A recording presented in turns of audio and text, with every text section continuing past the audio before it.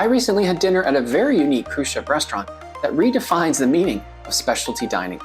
It was indeed a very special experience that combined technology with great storytelling, service, and yes, great food. That managed to appeal to all of my senses and emotions in less than 90 minutes. This restaurant takes you on a journey throughout Europe to visit the people and places behind key ingredients in each of the evening's 7 courses. Your host leads the experience with a large choreographed team of servers, and there's even a special Hollywood cameo. In this episode of The Chill Cruiser, join me for a review of the incredible 360 experience on Princess Cruises.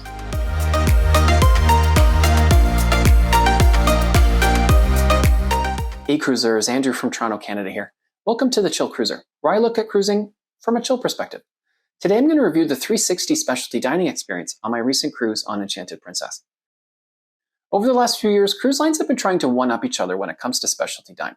It's gone from focusing on 5-star food and service to a whole other level where the restaurant is a destination in of itself. I think Disney Cruise Line started the trend by incorporating some of its magic into the main dining room experience, while also being the first cruise line to charge upwards of $100 per person for a specialty restaurant. Royal Caribbean raised the bar with restaurants like the Royal Railway Utopia Station that simulates a meal in a train dining car. But 360 takes things up a few notches. I've been on more than 50 cruises on most of the major North American lines, and this is definitely one of the best and most memorable specialty dinners I've tried. I would argue it's the best experiential dining option you can find at sea right now.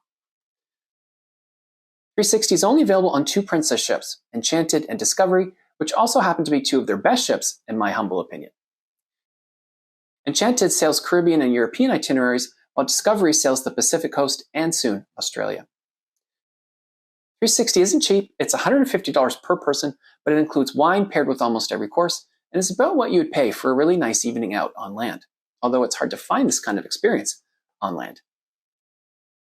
I'll start with a bit of a spoiler alert. There are a lot of really special touches and surprises with 360.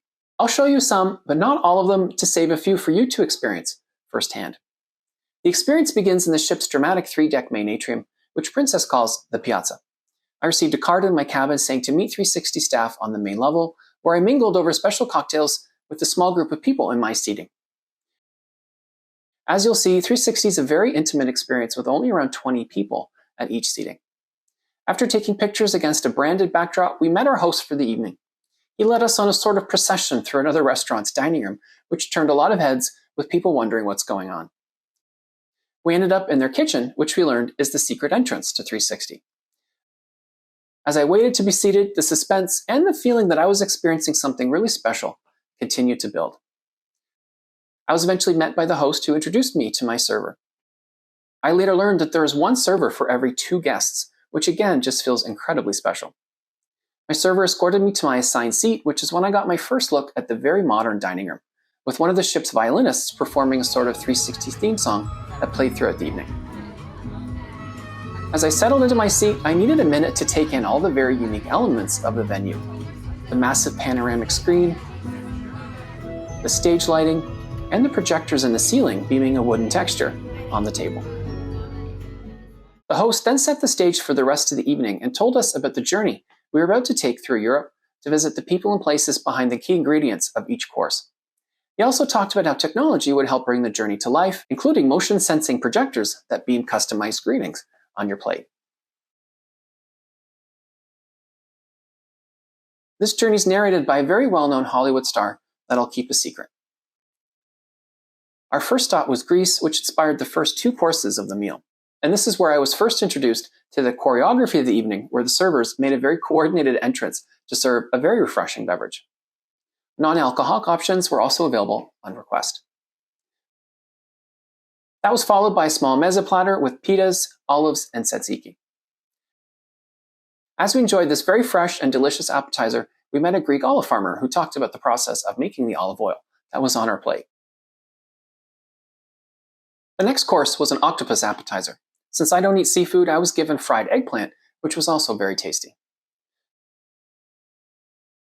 The next stop on our journey was beautiful Italy, with a nice glass of Italian white wine and fresh burrata. We met a lemon farmer since lemon was a key ingredient in our next course, which was lemon spaghetti. Something I've never tried and wish I had, because I was quickly asking if I could get a second serving. Our next stop was Spain, where we met the winemakers behind a very special red wine that spends 6 months of its aging process submerged in the ocean. This is one of many moments of the evening where the choreography between the people, the food, and the technology was so well done.